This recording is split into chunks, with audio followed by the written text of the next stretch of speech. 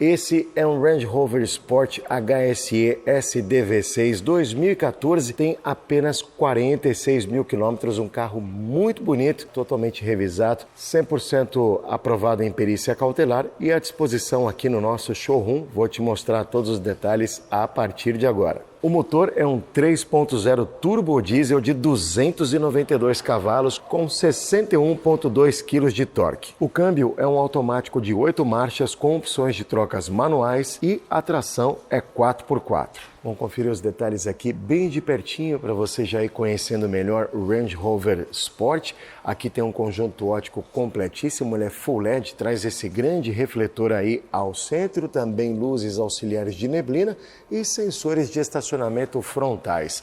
As rodas são enormes, elas têm aro 21 e usam pneus de largura 275 e altura 45. Vamos dar uma conferida aqui então na lateral esquerda, como a gente sempre faz, mostrando todo o carro para você.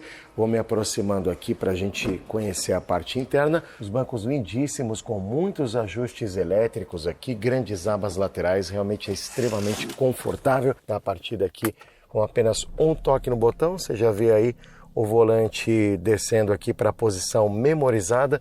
Tem o computador de bordo completíssimo aqui, trazendo várias informações de assistência ao condutor. Todos os controles também para você ter acesso a essas funções e também as funções da multimídia. Um pouco mais embaixo o sistema de climatização, console central bem largo aqui, com porta-objetos, também os controles aqui para os modos de condução, inclusive para os modos da suspensão. O carro tem diversos acertos aqui, vários ajustes de suspensão para priorizar a segurança de todos os ocupantes. Falando em segurança, nós temos aqui os airbags frontais, também os airbags laterais, os airbags de cortina também.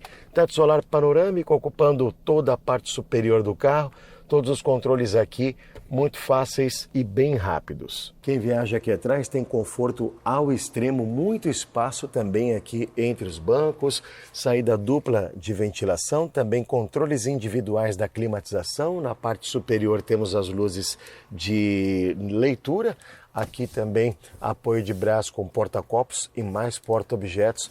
Aqui realmente você vai viajar com muito conforto e também pode fazer aqui a inclinação do encosto à medida que for melhor para você.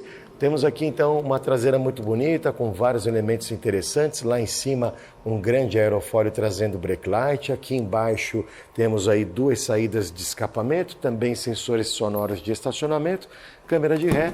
E vamos conhecer aqui então o porta-malas, que tem acionamento elétrico, apenas um toque ele já abre para você.